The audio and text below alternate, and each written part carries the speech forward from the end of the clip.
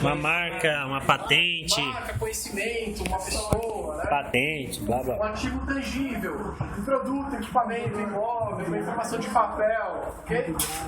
Isso, imobiliário. Isso aqui é importante. Isso é um conceito básico que permeia toda a parte de GSI. Ou seja, saber o que é um agente proprietário, um agente usuário, um agente custodiante, um agente controlador. O que é um agente proprietário, pessoal? É o dono legal daquele ativo. O que é um agente custodiante? Gerencia. Oi? Gerencia. Que cuida, que guarda, que gerencia, que tem a posse momentânea daquele ativo, mas ele não é o dono legal, ok? O que é um agente controlador? O cara da TI. O cara da TI. Não necessariamente é o cara da TI. Normalmente mas não necessariamente. Mas é o cara que controla os acessos, que diz quem pode gravar, quem pode executar, quem pode acessar, quando pode acessar, ok? E o agente usuário? É o que usa aquele ativo, né? É o que, por exemplo, no caso aqui desse computador, quem que é o agente proprietário desse ativo computador? A faculdade. Quem que é o agente custodiante? Coordenador. Ele que diz, né, aonde vai ficar cada professor e tudo mais. Professor não, desculpa, computador. Quem que é o agente controlador? O cara de TI, que tira os usuários, as senhas e tudo mais. Quem que é o agente usuário? Sou eu, ok? Então assim, ou se eu perguntar na prova, dê um exemplo de agente custodiante. Pensem nesse exemplo do computador, e aí vocês tragam um exemplo da TI. Custodiante é o que mesmo? Oi? O custodiante é o que detém a posse do ativo, gerencia o ativo, mas não tem a posse legal dele. Uma outra coisa, eu andei corrigindo os trabalhos de vocês, assim, quando ficaram, os trabalhos não, né, os exercícios, ficou bastante bacana. Algumas pessoas foram muito simplistas na escrita, nos exemplos. Então, por exemplo, deu um exemplo de agente custodiante, computador, gerente de TI. Escreve um pouco, dá uma contextualizada. É esse tipo de coisa que eu vou exigir nas perguntas dissertativas, que vocês dissertem mesmo sobre a questão. Bem claro. Exato, para vocês. Se eu pedir um exemplo, deem um exemplo de TI, né? Assim, um exemplo com conteúdo. Esse é o mais importante. Objetividade não é melhor? Quem ficar com dúvida sobre o que é esse quadro ajuda bastante, né? Quem tem a guarda legal, quem tem o direito, quem tem o controle, enfim, dê uma olhada nesse quadrinho aí, tá? Isso aqui é muito importante, hein? Eu falei pelo menos nas 3 primeiras aulas que eu vou pedir isso em prova. Eu vou pedir isso aqui em prova, ameaça e vulnerabilidade. O que é uma vulnerabilidade? Lembra que tem 2 palavras que associam. A vulnerabilidade associa com qual palavra? Fraqueza. Vulnerabilidade, fraqueza. Ok? Ameaça, risco financeiro. Prejuízo financeiro, perda financeira, risco financeiro. Mas qual que é a diferença de ameaça e vulnerabilidade? Uma vulnerabilidade pode se tornar uma ameaça. Perfeito. Uma vulnerabilidade, quando explorada, pode virar uma ameaça. Ok? Isso é muito importante. Então, ameaça, qualquer circunstância ou evento que possibilite causar prejuízos ao sistema. Então, por exemplo, destruição, divulgação, modificação de dados, uma vulnerabilidade dentro de um servidor de web que através de um ataque de DOS, né? É uma ameaça. Por quê? Porque se cair no sistema eu perco dinheiro. Ou seja, toda vulnerabilidade que, quando explorada através de um ataque, possa me causar um prejuízo financeiro é uma ameaça. Acho que ainda não ficou muito claro. Vou tentar fazer o inverso. Eu tenho uma vulnerabilidade e essa vulnerabilidade ela causa um ataque. Só que esse ataque é em cima de um sistema ou de um servidor que, se parar, não vai me causar um prejuízo financeiro. Isso é caracterizado uma ameaça? Não. Ou seja, uma ameaça é só quando eu vou ter um prejuízo financeiro. Então eu falei bastante, lembra desse exemplo de e-commerce?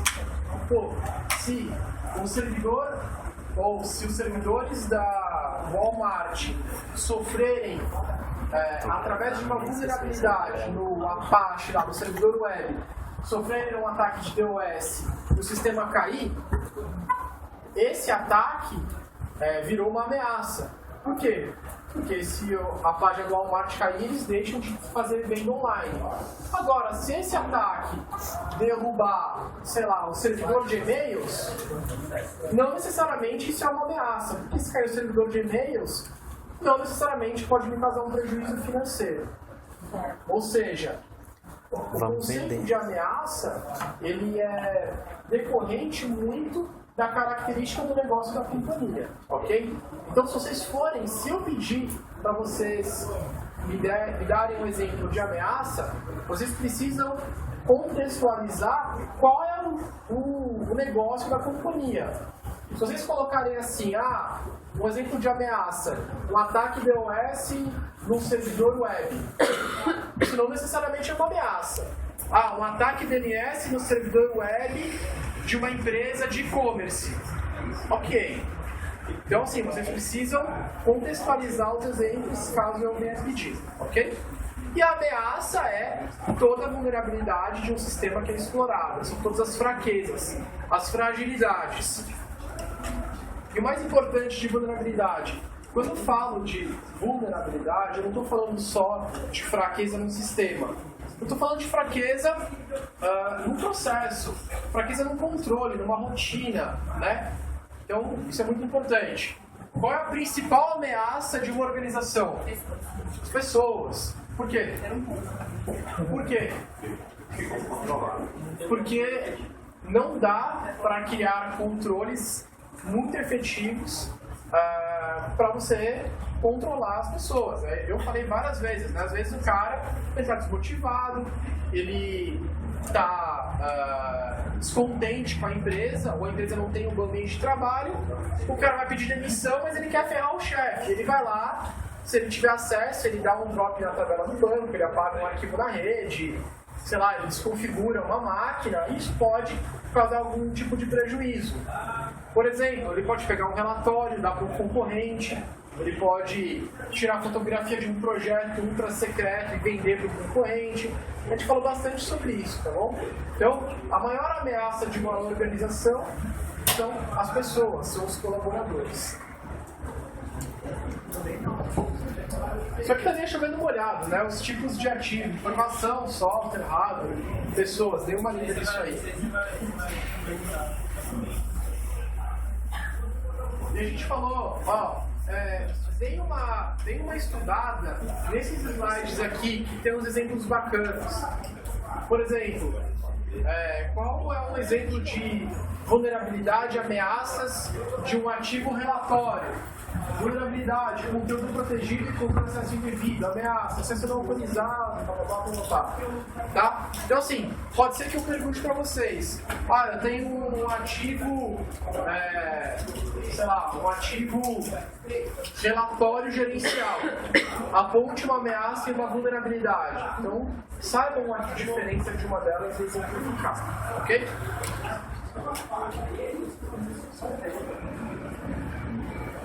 E esse quadro é o quadro que eu falei na primeira aula que ele sintetiza bastante, né? Então, eu tenho meu ambiente interno, a minha companhia. Eu tenho os meus ativos, tenho vulnerabilidades. As minhas vulnerabilidades, elas sempre ficam dentro da minha companhia. Eu tenho a gestão de segurança, que tem está entre as minhas ameaças para mitigar e tem as minhas ameaças, né? Os hackers, uma ameaça temporal e tudo mais. Tá? E eu coloquei o X no V para lembrar que nada é 100% seguro. Por mais que as vulnerabilidades sejam mitigadas através de implementação de controles de segurança que são documentados em políticas de segurança, nada é 100% seguro. Tá bom?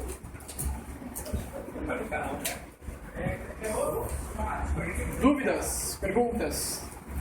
Essa é a hora. Vai todo mundo tirar 10 se eu fizer perguntas desse tópico aqui de ativos, tá? Vamos lá então, vulnerabilidade, ameaça, Depois eu vejo o vídeo, professor. Eu vou postar no grupo. Assim que chegar em casa. Coisa importante.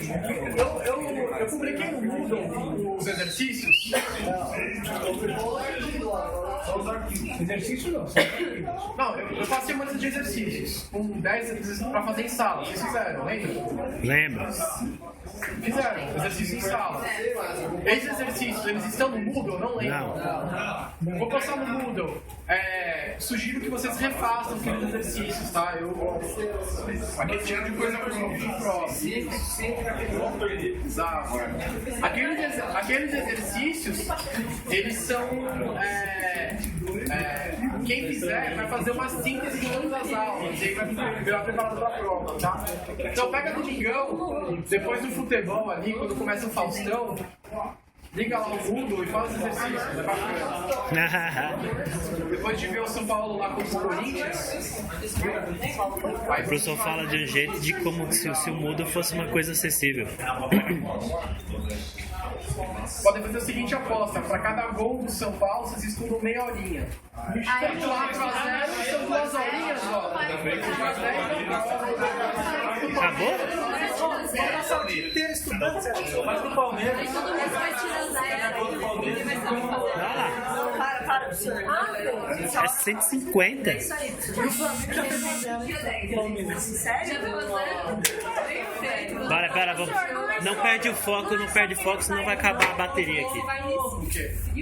Cara nova? Não, 5 inteiros. Não perde o foco, porque ainda tem mais 100 slides aí. Aí não vai perder. Vai virar a sessão. Tá bom, senta lá. Vocês na aula, nós falamos dos serviços de segurança. Então a gente falou o que é segurança, qual que é o objetivo da segurança computacional, que em resumo, depois que a gente viu os 7 serviços, a gente chegou num conceito, que a segurança computacional ela é permeada num conceito de 3 letras, que é o CID, que é... Integridade, Exatamente, repete aí mais alto. É isso. confidencialidade, integridade, disponibilidade. Exato. Confidencialidade, integridade e disponibilidade. Isso vai perguntar lá do serviço de segurança, desses 3 já resumiu o resto aí. Isso, exato. Só que, por que esses 3 englobam os outros 4, que são 7? Lembra que eu falei que academicamente são 7 serviços de segurança, mas o conceito, os serviços de confidencialidade, integridade e disponibilidade, na prática aplicados, eles acabam englobando os serviços de autenticação e de tratabilidade, controle de acesso e auditoria. Então, quando a gente fala de segurança computacional, a gente fala de implementar o CID. A informação, o ativo, ele precisa ser confidencial. O que é ser confidencial? Quando falam que um ativo tem que ser confidencial, na prática, Só quem tem acesso a ele pode saber. sigilo, eu estou implementando sigilo, ou seja, só quem tem acesso ou direito sobre aquele ativo pode acessar, pode ler, pode executar, pode ver, pode usar. Ok? Confidencialidade, sigilo, integridade. Quando eu quero implementar serviços de integridade, por que eu quero? Por que o meu ativo precisa ser íntegro? A gente não falou. Oi? Exato. Porque a integridade me traz segurança, me traz confiança sobre aquela informação, sobre aquele ativo. Por exemplo, eu evito fraude. Se eu sei que aquele ativo lá é 10, eu sei que ele vai ser 10, ele não vai ser 5. Se eu sei que aquele banco de dados ele tem serviços de segurança que também tem integridade, a integridade daqueles dados vai estar segura, ok? Eu não vou sofrer nenhum tipo de ameaça por fraude, por alteração, por modificação, ok? E disponibilidade. Quando eu quero implementar um serviço de disponibilidade, por que uma empresa implementa? Oi? Porque o melhor serviço disponível no sistema caso é correto, né? Mas por quê? Por que eu preciso manter meu sistema disponível? Porque às vezes pode ser um sistema Já disponível, o usuário precisa. de venda, site e-commerce. Em resumo, eu preciso aplicar serviços de segurança de disponibilidade para manter o meu negócio operacional. Ponto. Por quê? Mantendo o meu negócio operacional, eu não vou ter prejuízo financeiro, eu não vou ter perda de produtividade, ok? Não que confidencialidade e integridade também não resultem nisso, né? O CID, na verdade, ele o resultado do CID é ter um negócio operacional, é ter um negócio funcionando, ok? E aí a gente falou de um termo muito interessante, que é o mecanismo de proteção. Lembra do mecanismo de proteção? O que é o mecanismo de proteção? Oi? O mecanismo de proteção é como eu vou implementar um serviço. Então lembra que a gente falou, por exemplo, eu vou implementar um serviço de controle de acesso na minha rede. Como que eu implemento um serviço de controle de acesso na minha rede? Quem pode dar um exemplo? Oi? Sim, vou implementar uma ferramenta de usuário e senha para controlar o acesso numa pasta na rede, por exemplo. Então, o meu serviço de segurança que eu vou implementar é controle de acesso. Qual que é o mecanismo de proteção? Criação de pastas controlados por um usuário e senha, ok? Então, o mecanismo de proteção é como eu vou implementar aquele serviço de segurança. Então, por exemplo, se na prova eu pedir para vocês um enunciado do tipo: a empresa tal quer implementar um mecanismo, um serviço de segurança para melhorar a disponibilidade do seu servidor de banco de dados. Qual é o mecanismo de proteção mais adequado? Letra A, letra B, letra D. Cluster, RAID, backup, ou seja, são mecanismos de segurança para implementar a disponibilidade, ok? Então, o mecanismo de proteção, ele é o que implementa um serviço de segurança, tá bom? Aqui, ó, assim, o ideal seria que vocês soubessem definir os 7 serviços de segurança, mas saibam pelo menos o CID, que é o básico, tá bom? Eu vou evitar de chegar na prova e falar o que é o serviço de retratabilidade. Acho que isso é muito decoreba, né? É muito mais fácil perguntar por que o CID é importante, tá? É um conceito, não é uma decoreba. Então, saber por que o CID é mais importante, para a prova é mais importante do que saber o que é um serviço de retratabilidade. Mas deem uma lida, né? Tentem entender o conceito dos 7 serviços, tá? O próprio, se vocês associarem uma palavra específica com o nome, não é tão complicado, né? Confidencialidade, sigilo, autenticação. Vamos lá. Não, vamos tentar achar uma palavra para cada um. Vai. Confidencialidade, sigilo. Quer ver? Ó, vamos lá. Vou tentar abrir aqui. Olha só. Confidencialidade e sigilo. Autenticação,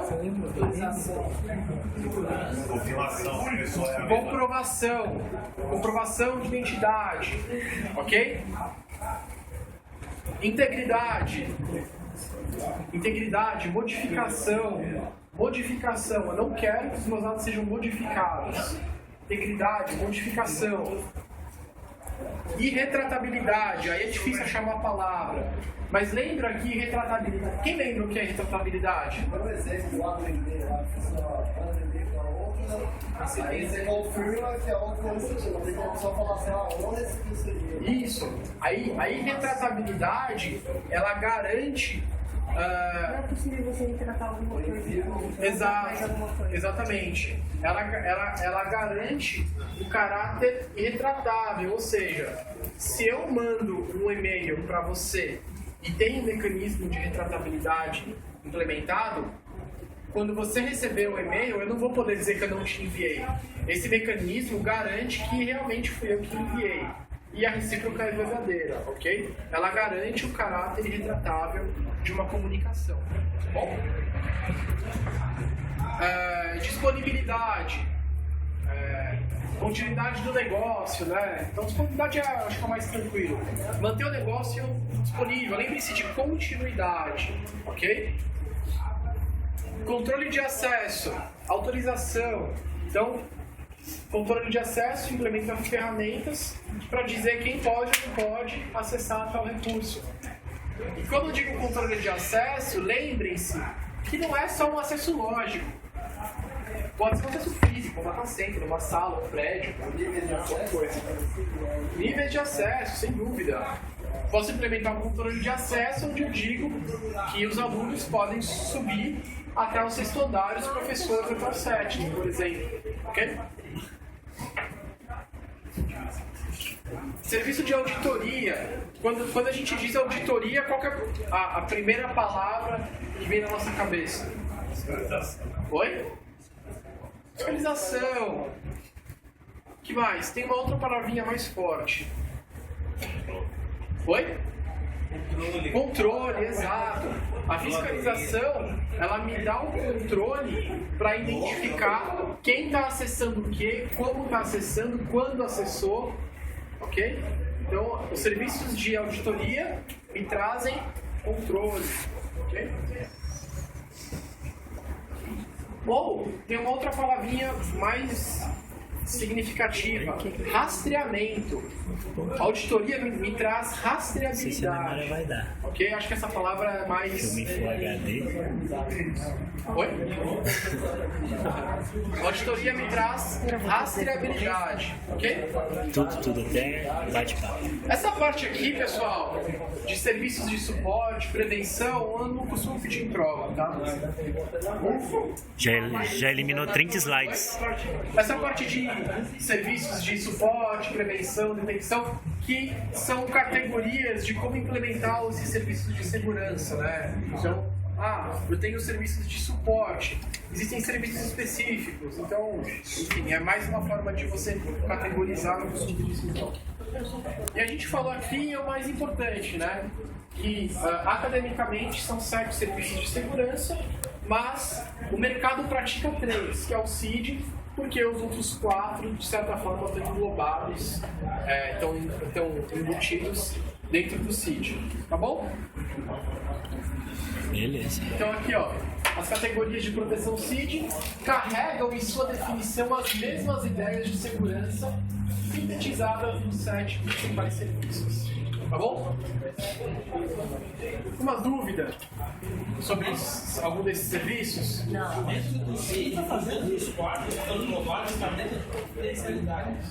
Então, dentro de integridade, a gente tem autenticação e retratabilidade, controle de acesso e auditoria. Integridade, tá bom? 8 GB. Uma dúvida? Mas é que filma em Uma dúvida aqui, HD. pessoal. Full HD. Se eu perguntar pra vocês, deixa eu ver aqui. Já foi 25 minutos. Vamos ver na hora de salvar. Ah, já pode parar de gravar. Por quê? Falta 3 PPT. Se eu pedir pra vocês 2 exemplos de objetivos da segurança computacional. Deem 2 exemplos de mim. 2 objetivos para uma empresa implementar a segurança computacional numa organização. Dois objetivos. Oi?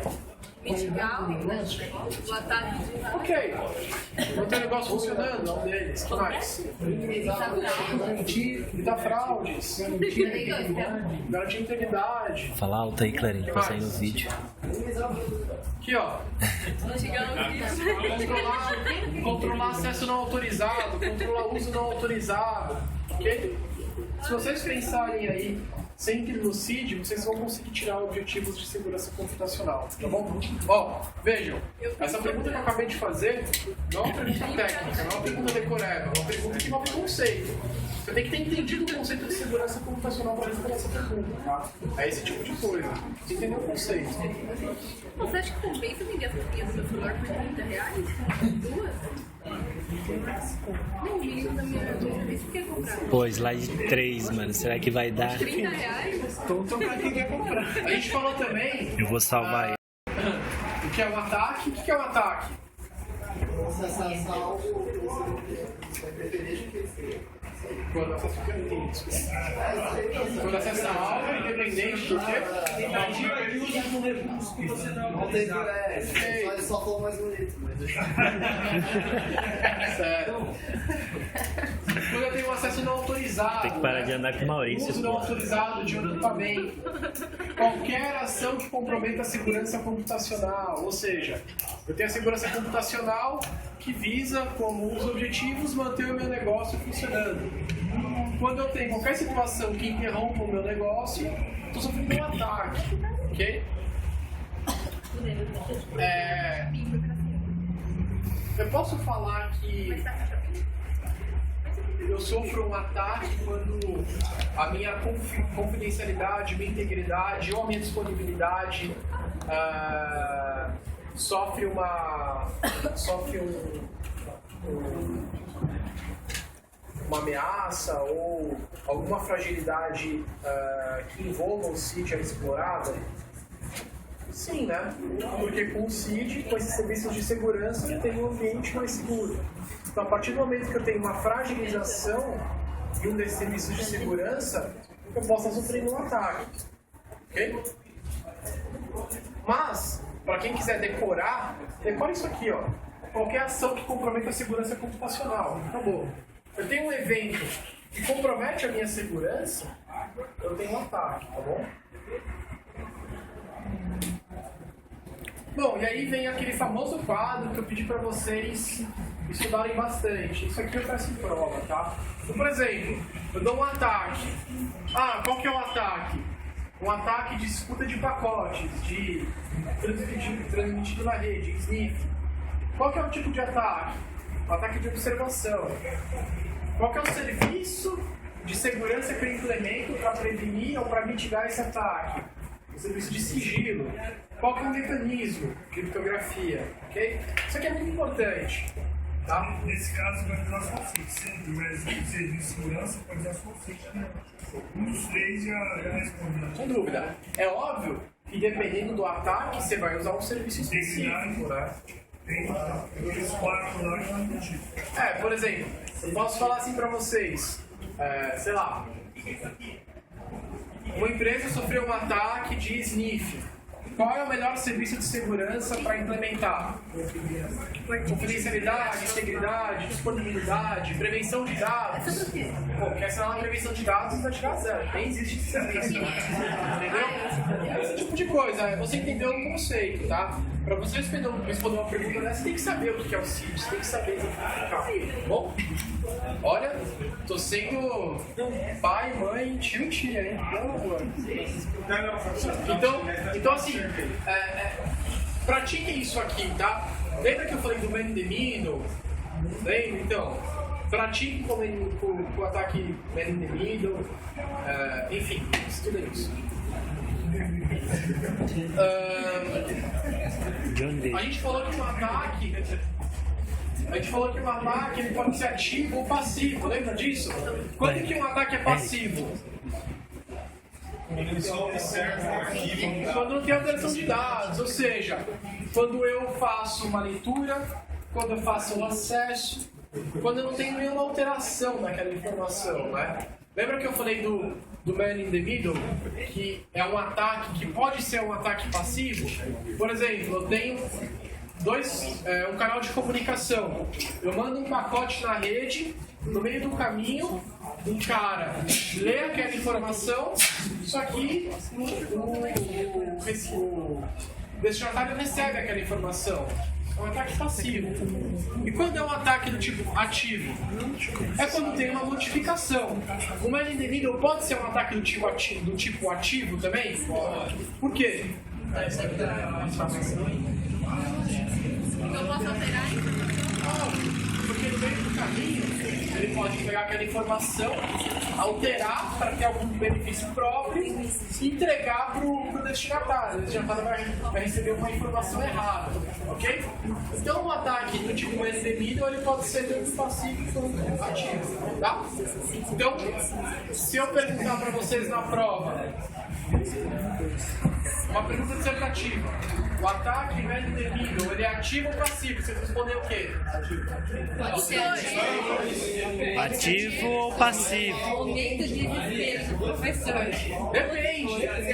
Você tem que colocar assim, professor, depende da situação que o ataque está sendo executado. 10 para você.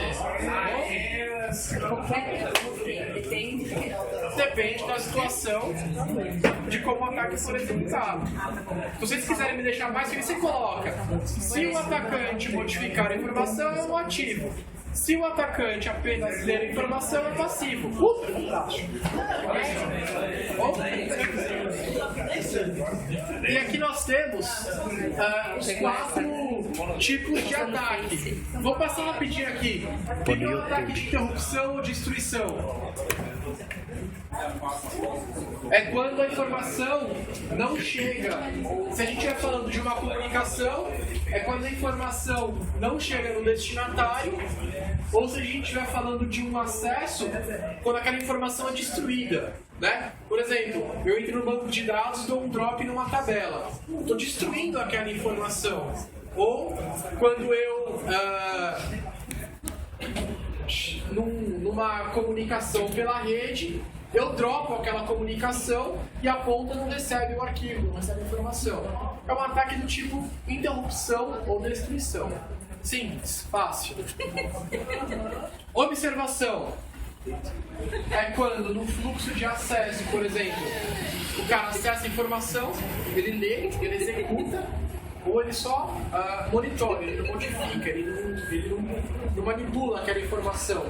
Que no fluxo de tráfego de informação é quando uma entidade não autorizada no meio do caminho tem aquela informação.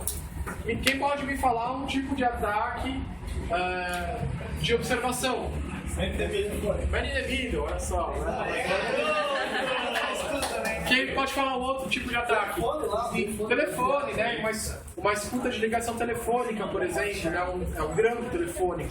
Ou quando a namorada instala aquele programinho lá de... Ou quando você, bem pensado, ou quando você instala um monitoramento de Facebook lá da sua namorada, né, da sua esposa.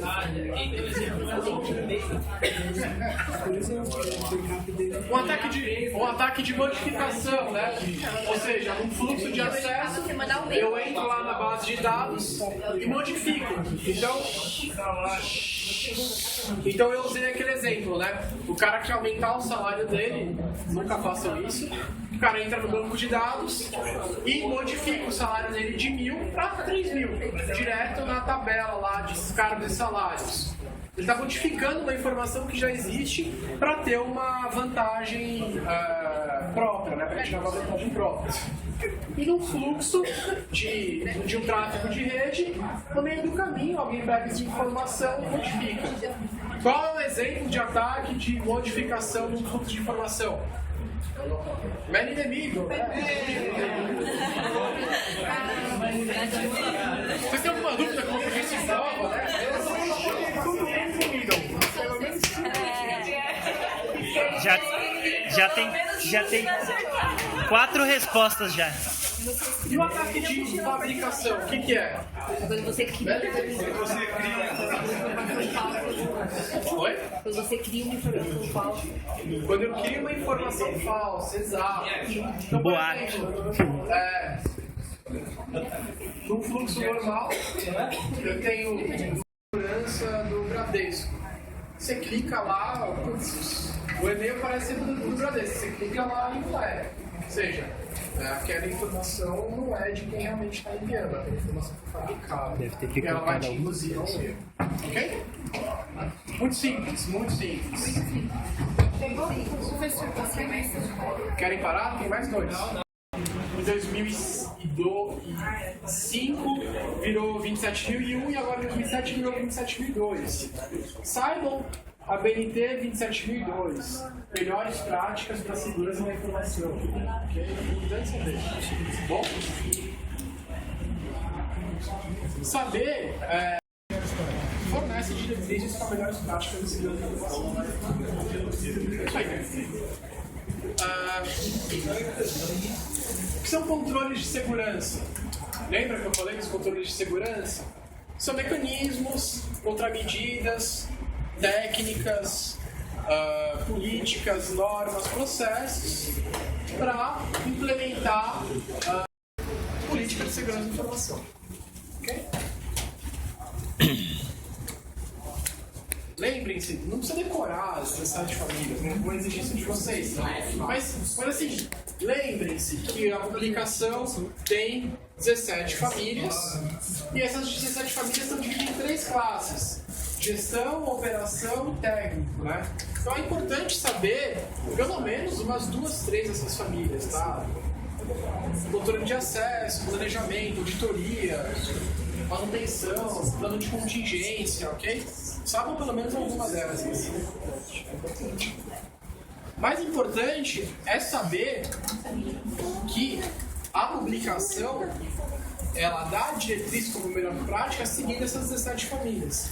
Então, ao invés de eu sair criando lá os meus controles, eu crio de forma estruturada. Eu consulto a família e traz o quê? Uniformidade, né? Então, toda o nicho.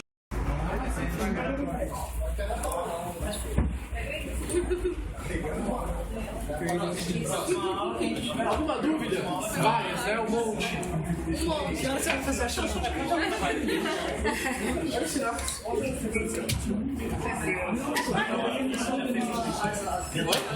Só tem mais um slide só, professor? Definição de list.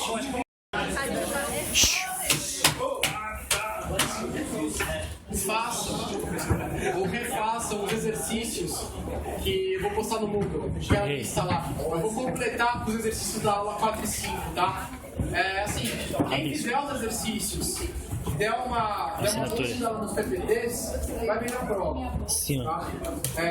Por experiência, o pessoal que não fez o exercício da matéria acabou se dando mal. Então, vou postar lá, amanhã eu já posto. Então, nesse PPTs, quem tiver alguma dúvida, me manda e-mail, enfim, eu respondo na medida do possível. Basicamente isso, pessoal. Beleza. O número de questões que você costuma dar, A, B, C, D, E, F, Não, a BCD. Não vai dar pra postar isso no grupo não, vou ter que pôr no YouTube. Deu mais de 500 mega. Vou ter que pôr no YouTube. Deu mais de 500 mega, não vai dar pra postar.